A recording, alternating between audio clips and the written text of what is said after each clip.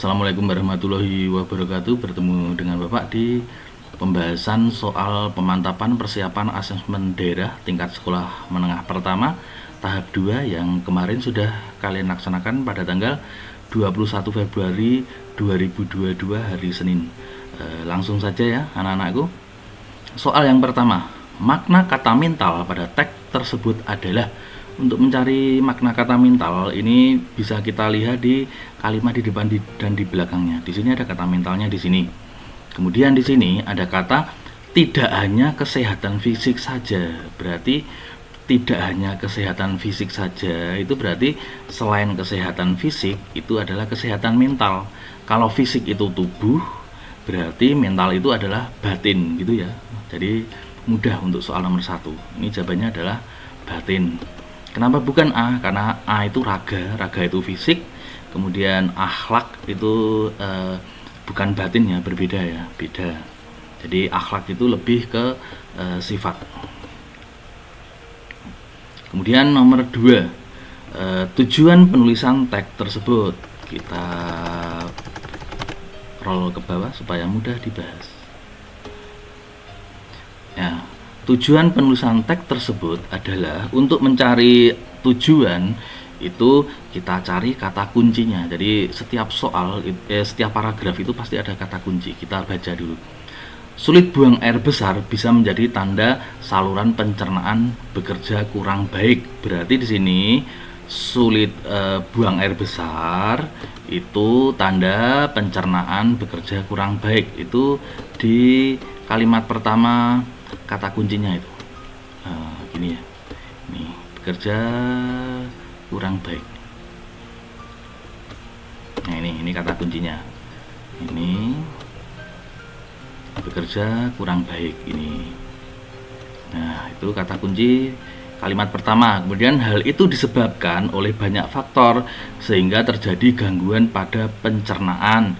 Itu karena ada kenapa kurang baik, karena ada banyak faktor. Ini kata kunci yang kedua. Kalimat ketiga kita cari kata kuncinya lagi. Biasanya salah satu faktor kesulitan bab adalah kurang mengkonsumsi makanan sehat atau serat. Berarti di sini kurang mengkonsumsi makanan sehat atau serat. Itu ya. Kemudian kalimat berikutnya, selain itu kurang mengkonsumsi serat bisa membuat seseorang makan melebihi apa yang dibutuhkan tubuh sehingga mudah lapar. Jadi ketika kurang serat itu menjadi mudah lapar. Kemudian untuk itu mengubah pola makan dengan mengkonsumsi makanan kaya serat seperti buah-buahan, sayuran menjadi solusi. Kemudian ada solusinya yaitu mengkonsumsi ini gitu ya. Jadi untuk mencari tujuan kita cari kata kuncinya. Jadi ini bisa jadi satu menjadi seperti ini. Sulit buang air besar itu karena pencernaan kurang baik. Itu ada banyak faktor karena kurang mengkonsumsi serat sehingga mudah lapar. Kemudian ada solusinya. Jadi tujuannya menyampaikan faktor yang menyebabkan kesulitan buang air besar adalah kurang mengkonsumsi.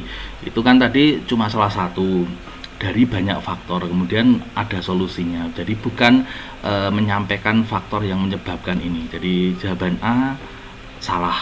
Ini membuat jawaban A salah. Kemudian jawaban B memberitahukan bahwa susah buang air besar merupakan tanda saluran pencernaan kurang baik. Ini memang, tapi bukan itu tujuannya karena di sini ada solusinya. Berarti memberitahukan ini merupakan tanda ini membuat jawaban B salah, gitu ya. Kemudian C menginformasikan bahwa makan makanan yang berlebihan merupakan salah satu sebab kesulitan buang air besar. Ini padahal di sini kan kesulitan buang air besar karena banyak faktor, salah satunya ini, kemudian ada solusinya. Di sini tidak ada solusinya, berarti menginformasikan ini salah ya karena tidak ada solusinya. Sekarang menyampaikan pentingnya mengubah pola makan dengan mengkonsumsi makanan yang berserat. Mengapa menyampaikan pentingnya mengubah pola makan? Karena di sini sulit buang air besar. Jadi jawabannya adalah D. Tujuan penulisannya adalah menyampaikan pentingnya mengubah pola makan dengan mengkonsumsi makanan berserat. Lanjut ke soal nomor 3. Pernyataan yang sesuai dengan teks tersebut adalah. Untuk mencari pernyataan yang sesuai dengan teks, kalau Bapak itu konsentrasi pada jawabannya. Jadi di sini ada jawaban, kemudian kita cari di paragraf itu jawabannya itu lebih ke kalimat yang mana. Contohnya ini, adanya renggangan di Selat Sunda berdasarkan hasil survei yang dilakukan ITB. Di sini ada di kalimat ketiga ini, adanya renggangan ini. Kemudian kita blok satu kalimat yang ada renggangannya tadi. Kemudian kita samakan dengan jawaban. Kita baca ya. Adanya renggangan di Selat Sunda berdasarkan hasil survei yang dilakukan ITB. Irfan mengungkapkan survei yang dilakukan ITB sejak 2006 sampai 2012 menunjukkan adanya renggangan di Selat Sunda. Nah, berarti jawaban A itu sama dengan kalimat kedua atau ketiga itu. Berarti A bisa jadi otomatis, atau kalau ini betul berarti jawaban B, C, D kita harus bisa membuktikan bahwa itu salah. B. Fenomena alam perenggangan di Pulau Jawa kurang mendapat perhatian pakar. Yang ada kata fenomena alam ini ada di kalimat pertama. Ya, jadi satu kalimat itu kita tandai. Ini sampai sini ya. Panjang. Oh, ini sampai sini. Ini kalimat pertama kita tandai. Kemudian kita samakan dengan jawaban B. Fenomena alam perenggangan di Pulau Jawa kurang mendapat perhatian pakar. Kita baca, fenomena alam perenggangan pulau di Pulau Jawa dengan Sumatera menjadi perhatian pakar. Di sini menjadi perhatian. Kemudian di sini kurang mendapat perhatian, berarti jawaban B salah. Ini yang membuat jawaban B salah. Kemudian C. Aktivitas tektonik dan vulkanik dipastikan menjadi implikasi terjadinya renggangan. Aktivitas tektonik dan vulkanik, yang ada kata itu ada aktivitas vulkanik dan tektonik. Di sini ada tektonik, vulkanik. Nah, berarti di sini. Ini kita tandai. Ya, kita samakan dengan jawabannya. Aktivitas tektonik dan vulkanik dipastikan menjadi implikasi terjadinya perenggangan. Menurutnya, renggangan ini akan memungkinkan adanya implikasi terhadap aktivitas tektonik terkait sesar dan vulkanik di Selat Sunda. Ini menjadi implikasi terjadinya renggangan. Di sini tidak ada. Jadi implikasi terjadinya renggangan itu ini kan memungkinkan terjadinya. Jadi renggangan itu memungkinkan adanya ini. Jadi ini salah ya, terbalik ya. Ini yang membuat jawaban C salah. Perenggangan Pulau Jawa dan Bali merupakan fenomena alam yang biasa. Itu kita lihat perenggangan itu, perenggangan mana? Fenomena alam yang biasa ini ada di sini ya. Nah, ini perenggangan Pulau Jawa dengan Bali merupakan fenomena alam yang biasa. Perenggangan Pulau Jawa dengan Sumatera di sini bukan Jawa dengan Bali, tapi Jawa dengan Sumatera. Berarti jawaban ini membuat jawaban D salah kata ini. Jawabannya A. Lanjut anak-anakku. Ide pokok teks tersebut. Untuk mencari ide pokok kita cari kalimat utamanya. Tapi untuk soal itu biasanya ide pokoknya ada di kalimat pertama. Kita buktikan bahwa kalimat pertama itu kalimat utamanya. Untuk mencari kalimat utama, kita konsentrasi pada dua kalimat terdepan. Jadi dua kalimat terdepan itu kita tandai. Kalimat kedua itu harus menjelaskan kalimat pertama. Kalau menjelaskan itu berarti kalimat utamanya ada di kalimat pertama. Tapi kalau kalimat kedua tidak menjelaskan kalimat pertama, berarti kalimat utamanya ada di belakang. Kita baca. Jantung merupakan organ vital di dalam tubuh manusia. Titik. Jantung bertugas menyuplai darah. Jadi jantung itu bertugas menyuplai darah, itu bukti bahwa jantung merupakan organ vital. Berarti kalimat kedua sebagai kalimat penjelas. Jadi kalau kalimat kedua sebagai kalimat penjelas, berarti kalimat utamanya ada di kalimat pertama. Oke, jadi kalimat pertama sebagai kalimat utama. Berarti ide pokoknya ada di kalimat utama. Jadi tinggal menyamakan jawaban harus ada di kalimat pertama. Mengoptimalkan tugas jantung. Di sini tidak ada kata mengoptimalkan kalimat pertama. Berarti jawaban A salah. Menjaga jantung melalui asupan makanan sehat. Di sini tidak ada menjaga jantung. Berarti jawaban B salah. Pentingnya menjaga organ jantung sejak dini. Di sini tidak ada pentingnya. Vitalnya organ jantung. Di sini ada ya organ vital dalam tubuh manusia ada. Berarti jawabannya D. Mudah ya anak-anakku. Lanjut, soal nomor 5 dari bawah. Kalimat yang menyatakan hubungan sebab akibat. Kalimat yang menyatakan hubungan sebab akibat itu sehingga, tanda hubungnya sehingga, kemudian karena, sebab, akibat, menyebabkan, mengakibatkan, seperti itu. Jadi tinggal kita cari hubungannya sebab akibat tadi. Kita cari di bacaan. Lepas ajan subuh, asteroid raksasa akan melintas di bumi. Tidak ada ukuran asteroid, diperkirakan tidak ada ya. Asteroid diklasifikasikan sebagai asteroid yang berpotensi berbahaya. Di sini ada kata sebab. Sebab itu berarti menyebabkan, ada di sini. Oke, ketemu satu. Kalimat ketiga. Nah, kalimat ketiga itu nanti hubungannya dengan kalimat 1 dan kalimat 5. Kalimat 1 tadi udah salah, berarti ada di kalimat 5. Kita buktikan di kalimat 5. Asteroid yang akan melintas tidak akan membuat panik karena, ya di sini ada ya. Karena itu berarti kausalitas, sebab akibat. Sebab akibat itu sebab, karena, akibat, sehingga. Berarti jawabannya C, 3 dan 5. Lanjut. Soal nomor 6. Kalimat yang mewakili keseluruhan poster. Kalau mewakili keseluruhan poster, jawabannya harus ada di semuanya, itu mewakili. Kalau cuma ada di satu bagian ini, misalnya di sini, di sini, di sini, itu berarti tidak mewakili. Jadi mudah. Kita lihat. A. Cyberbullying adalah bentuk perundungan secara verbal melalui media sosial. Di sini kata media sosial itu hanya ada di sini ya, di dekat ini. Di sini itu media sosial ada di sini. Media sosial ada di sini ya. Jadi itu bukan jawabannya karena cuma mewakili satu kalimat. Kemudian B, cyberbullying dapat membuat korbannya menjadi gelisah, sedih, dan depresi.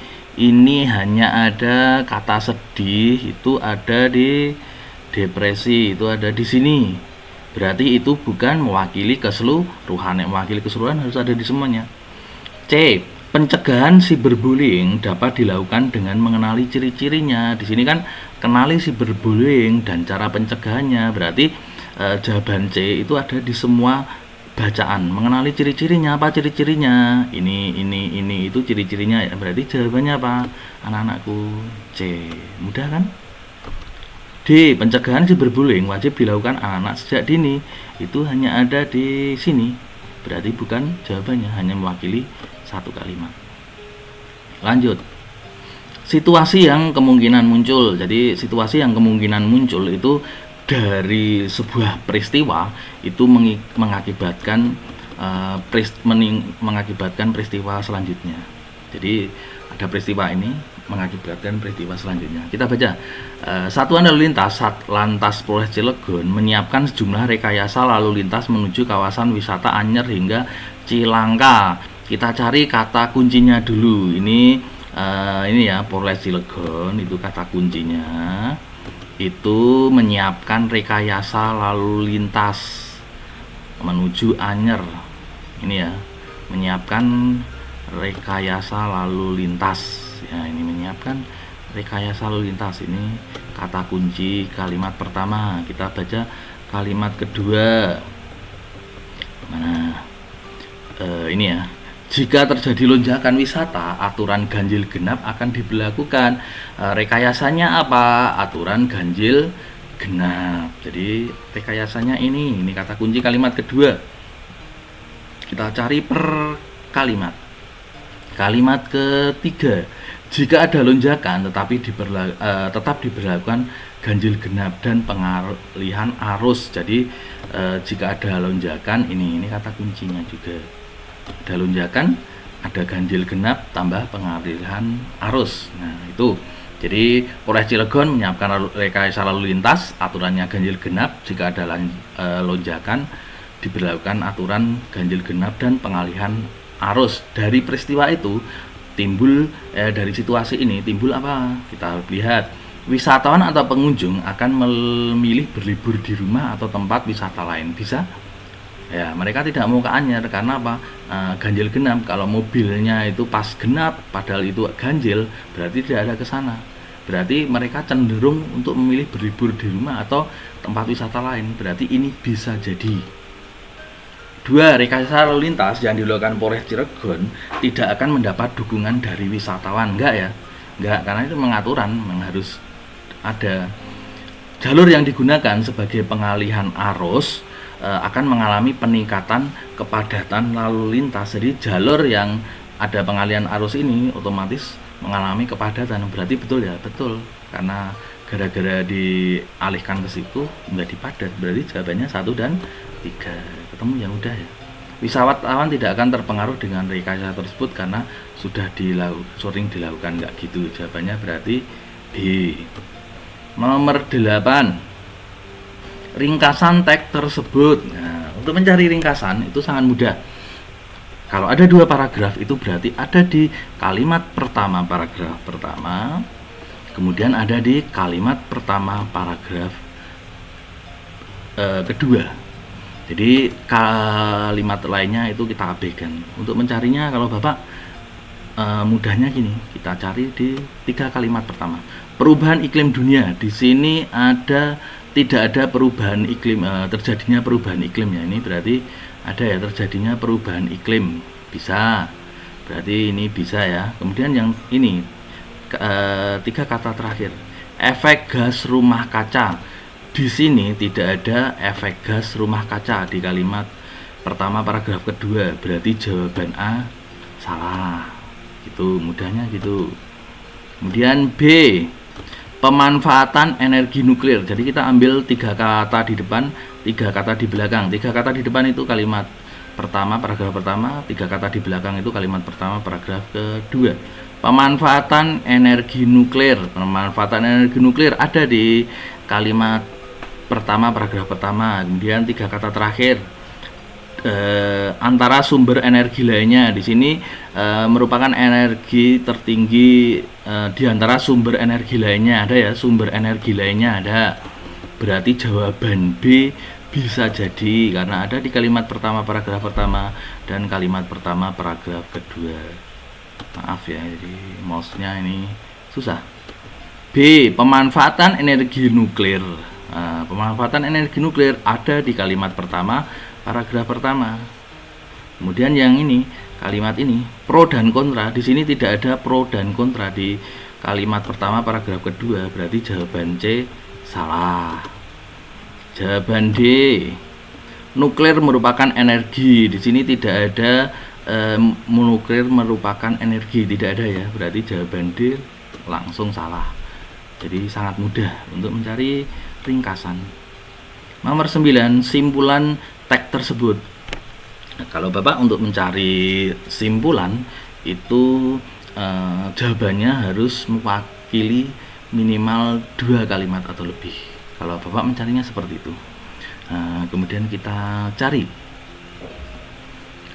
di tengah pandemi. Ini untuk mencarinya mudahnya lagi.